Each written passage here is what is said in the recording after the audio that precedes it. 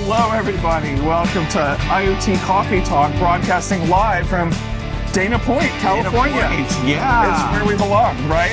Yes. Yeah, we're at this new AI summit here in Dana Point because I figured that's just like the center of the universe for that kind of stuff. Absolutely. We have record attendance this year. We do. Of 2 people. 2 people. Exactly. Right after this is the quantum event. Yeah. Right? We're having a reception actually over at this bar behind us. Absolutely. Yeah. Absolutely. And it's going to be really exciting conference this year. It is. We're just here to remind you to not forget to enjoy life. Go out in the sunshine, preferably SoCal. Yeah. Palm trees. It's beautiful out there. No humidity. Go enjoy it. No humidity. You know. Yeah. It's perfect. It's all good. You know. So what's going on in tech this week? What's the latest? You know, I heard some stuff about Broadcom on Friday. Oh yeah, that was pretty cool. Yeah, that was crazy. Yeah. So OpenAI, I guess, is that new mystery customer there. The mystery customer. Yeah, the not so mysterious customer. Sam Altman, the mystery customer. Yes. And so that really bumped their stock a bunch. Make sure this is entertainment only, though, of course. Yes, Don't take any financial advice from us. Take it seriously at your own peril. Remember that. But and also, take out insurance as well. Speaking of Sam, I also heard something about him launching a social network. Oh, yeah. A competitor to LinkedIn. To LinkedIn. Yeah. Which might not, I don't know. Maybe LinkedIn needs a competitor at this point. Yeah. LinkedIn's probably. feeling a lot like Facebook now, isn't it? Probably. Yeah. You know, even though I've been trying to move over to Substack, but I recently got suspended. I love that you got suspended from Substack. That means you're legit. Yeah, I'm legit. You know, you're raging. That's awesome, man. You know, you're not the real deal until you get thrown off a platform. Yeah, exactly. I love that. In IoT Coffee Talk, we moved over to Substack.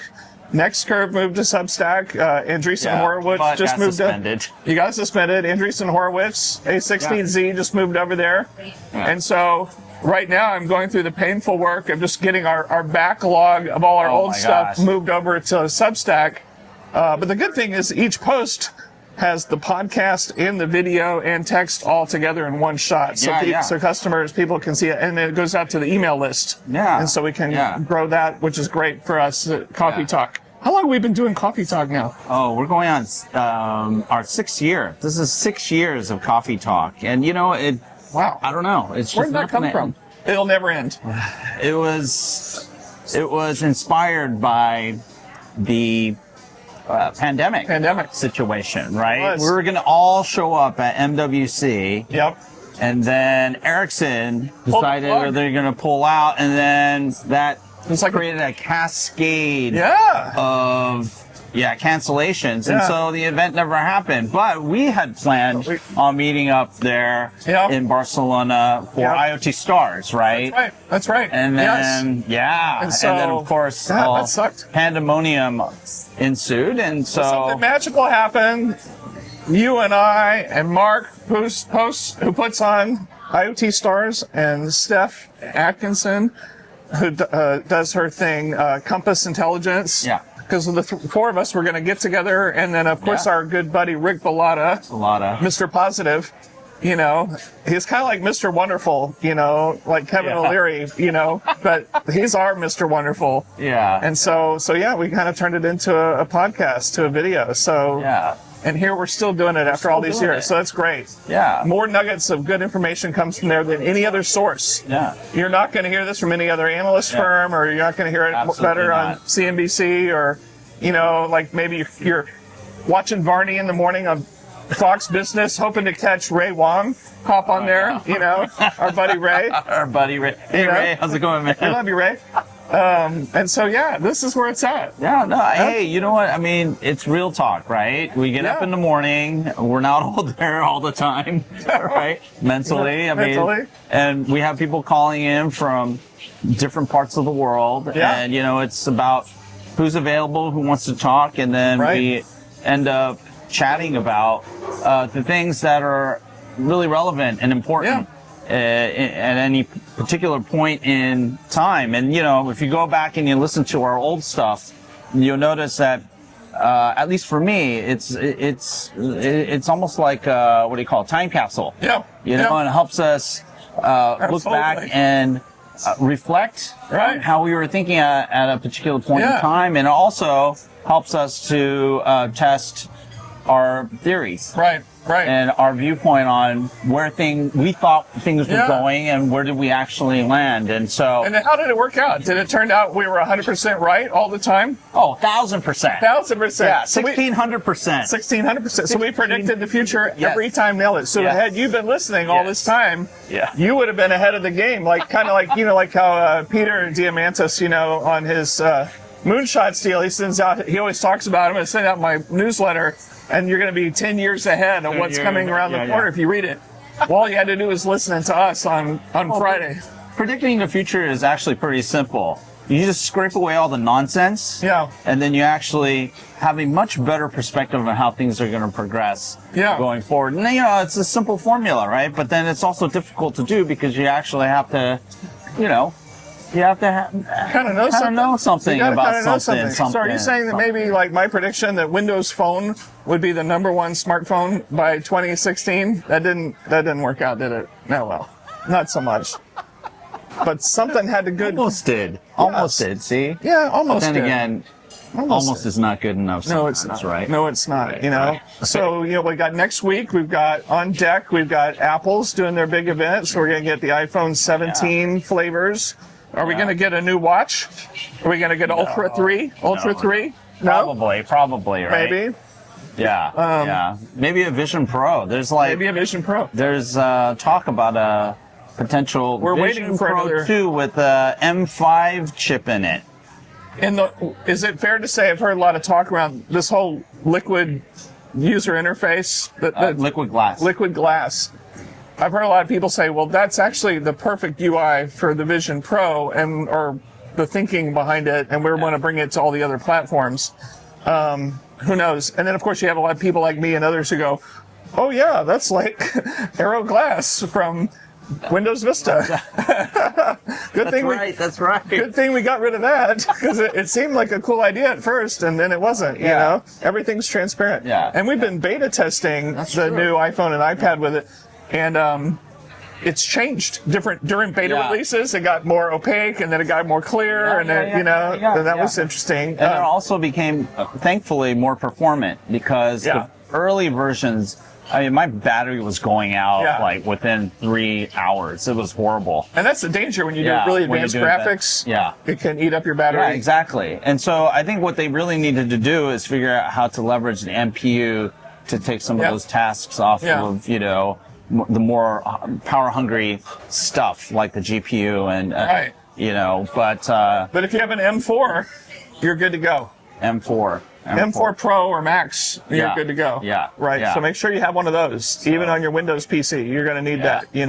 So can someone install Linux on a MacBook? Maybe not. They can. Okay. All right. So get Parallels or there you go. Something. Absolutely. Oh, geez. Absolutely. So it could happen. Anything is possible. We're trying to help all our friends across all platforms. If you can run Windows on a Mac, yes, you can run anything on a Mac, right? Makes sense. Now, back in the day, it used to, when Mac was running Intel chips, remember they had Boot Camp? Yeah, Boot and Camp. You can dual boot, everything like that. I remember back in the day, apparently somewhere in Latin America, I don't know which country it was, a computer store, you'd go in and you saw all these MacBooks at the time frame, we're talking years ago, running Windows natively. And someone's like, why in the world are you doing that? And the guy said, well, it's something people here understand. They understand Windows. But they love the hardware. It's superior, though. The Apple hardware is so good. So there you go. It was running on Intel stuff back then. But now, I mean, it's the ARM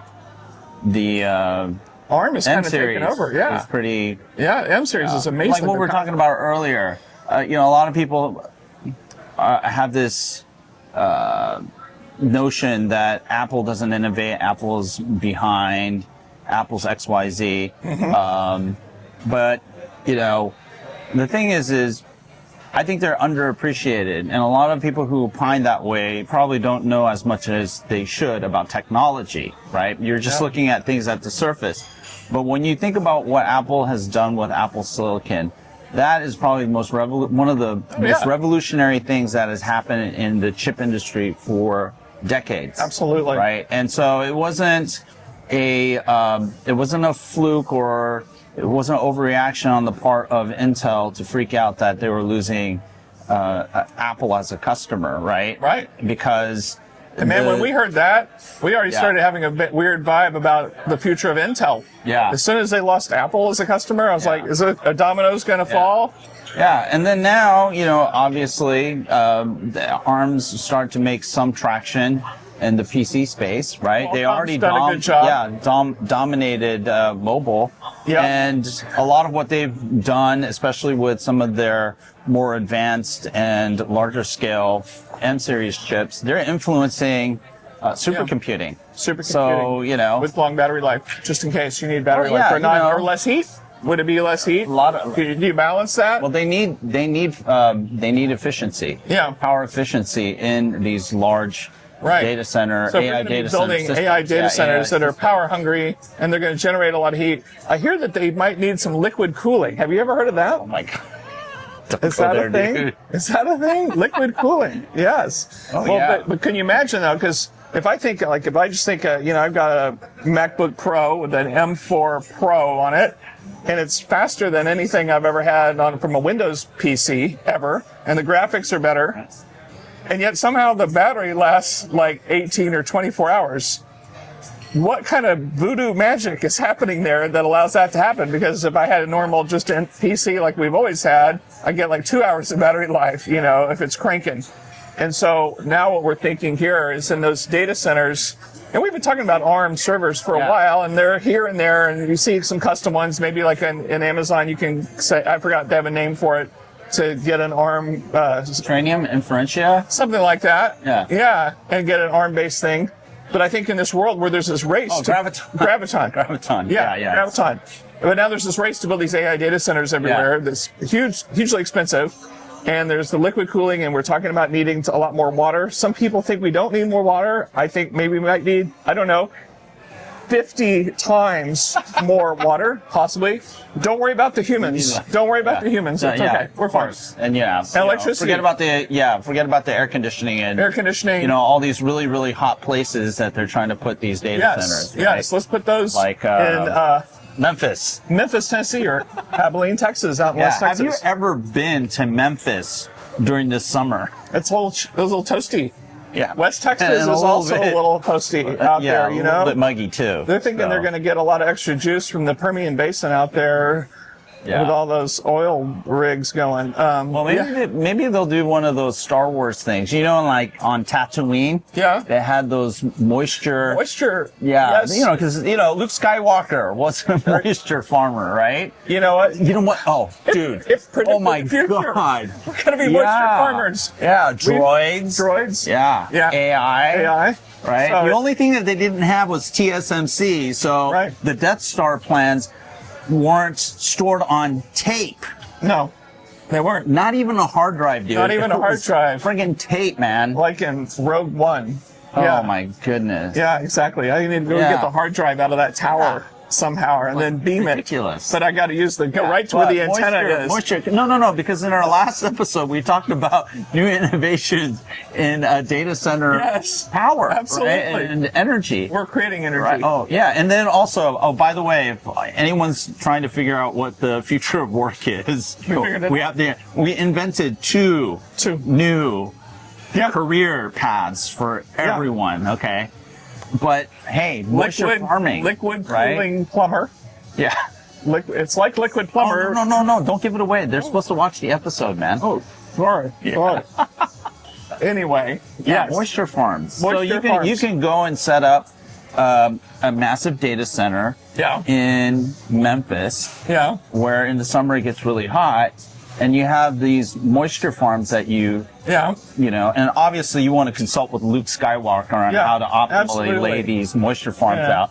And then suck all of the moisture out of the air so that you have now more tolerable summers in Tennessee. Yeah. Brilliant. But, Luke is it's kind of whiny sometimes. Like when he was at these, like, I don't know, that kid, Yeah, Yeah, you know. yeah. I think we need to send him to Dagobah and get some Jedi training. Absolutely. So he, He needs that big time. Yeah, He needs you to know, get kind of serious. like go to boot camp. Yeah, Right. Jedi boot camp. Jedi boot camp is going to help us. So yeah, so you know what? We're here. We're talking about the deep stuff that no one else is talking about. So we're talking about how we should be building these data centers, and we're also going to probably you'll hear us more talking about policy.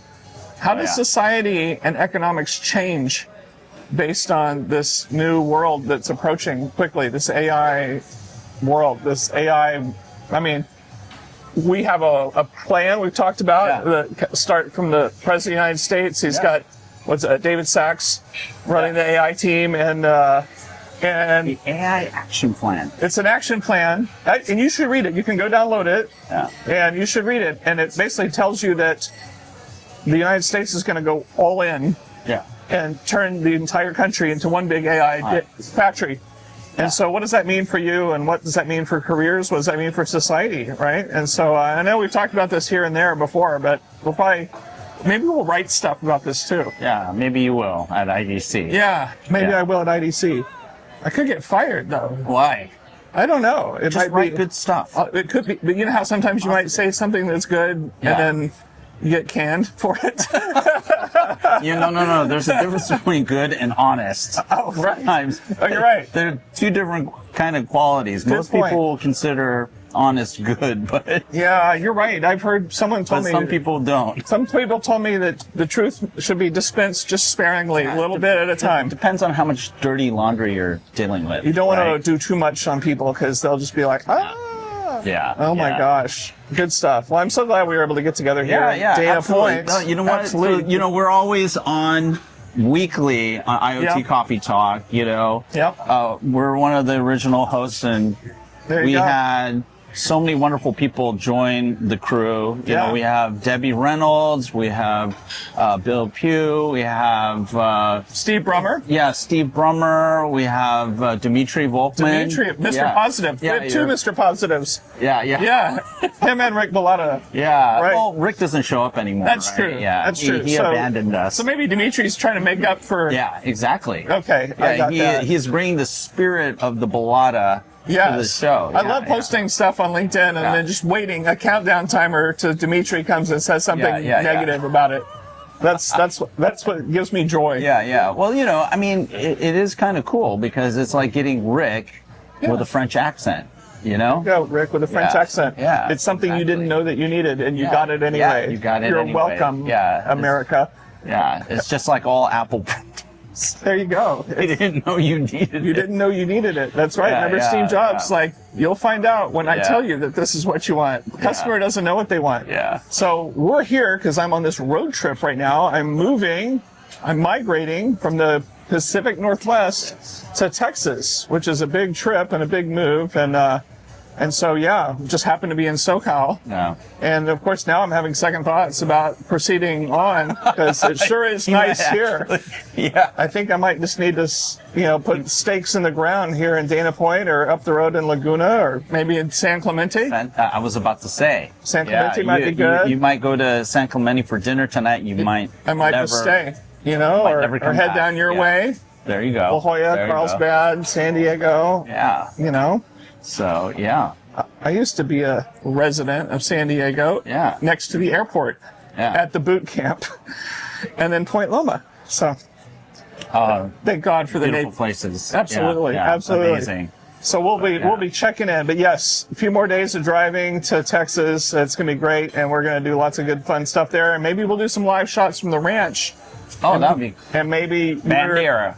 Maybe we're going to really start planting Weber blue agave cactus to create tequila in Texas. So you're gonna follow the footsteps of Sammy Hagar and make your own. And George Clooney and okay. The guy Paul Mitchell guy, the hair guy. Yeah, the guy. Right, the hair guy. Everyone thought he became a billionaire because of his hair products. It turns out no, it's because he was the investor in Patron.